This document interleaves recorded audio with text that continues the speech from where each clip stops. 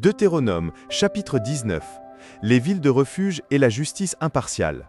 Lorsque l'Éternel, ton Dieu, aura exterminé les nations dont l'Éternel, ton Dieu, te donne le pays, lorsque tu les auras chassées et que tu habiteras dans leurs villes et dans leurs maisons, tu sépareras 3 villes au milieu du pays dont l'Éternel, ton Dieu, te donne la possession.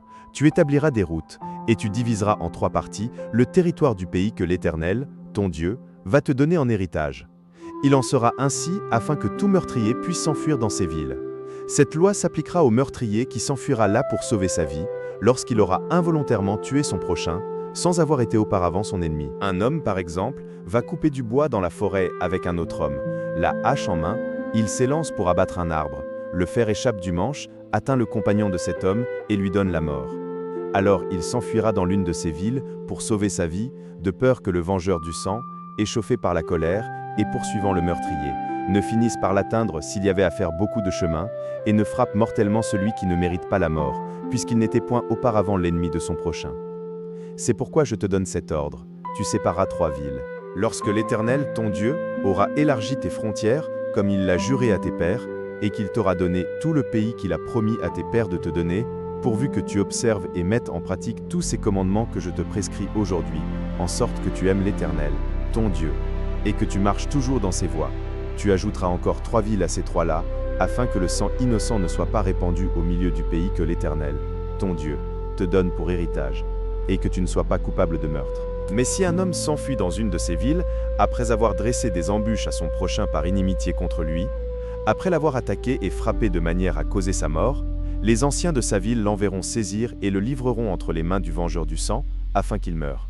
Tu ne jetteras pas sur lui un regard de pitié, tu feras disparaître d'Israël le sang innocent, et tu seras heureux. Tu ne reculeras point les bornes de ton prochain, posées par tes ancêtres, dans l'héritage que tu auras au pays dont l'Éternel, ton Dieu, te donne la possession. Un seul témoin ne suffira pas contre un homme pour constater un crime ou un péché, quel qu'il soit. Un fait ne pourra s'établir que sur la déposition de 2 ou de 3 témoins. Lorsqu'un faux témoin s'élèvera contre quelqu'un pour l'accuser d'un crime, les 2 hommes en contestation comparaîtront devant l'Éternel, devant les sacrificateurs, et les juges alors en fonction. Les juges feront avec soin des recherches. Le témoin est-il un faux témoin? A-t-il fait contre son frère une fausse déposition? Alors vous le traiterez comme il avait dessein de traiter son frère. Tu ôteras ainsi le mal du milieu de toi. Les autres entendront et craindront, et l'on ne commettra plus un acte aussi criminel au milieu de toi. Tu ne jetteras aucun regard de pitié, œil pour œil, dent pour dent, main pour main, pied pour pied.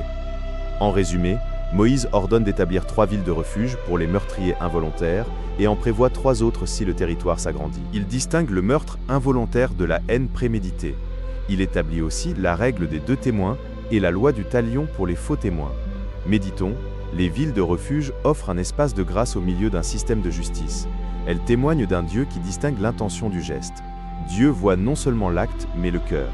Et il prévoit un refuge pour ceux qui n'ont pas voulu faire le mal. Prions, Père, merci d'être un Dieu qui voit le cœur et non seulement les actes. Tu es mon refuge dans mes faiblesses involontaires. Garde-moi sous ta protection.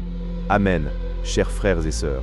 Merci d'avoir partagé ce moment dans la parole de Dieu. Si cette méditation a apporté la paix dans ton cœur, tu peux soutenir cette mission en s'abonnant à Parole de Dieu au quotidien, afin de continuer ce voyage biblique avec nous chaque jour.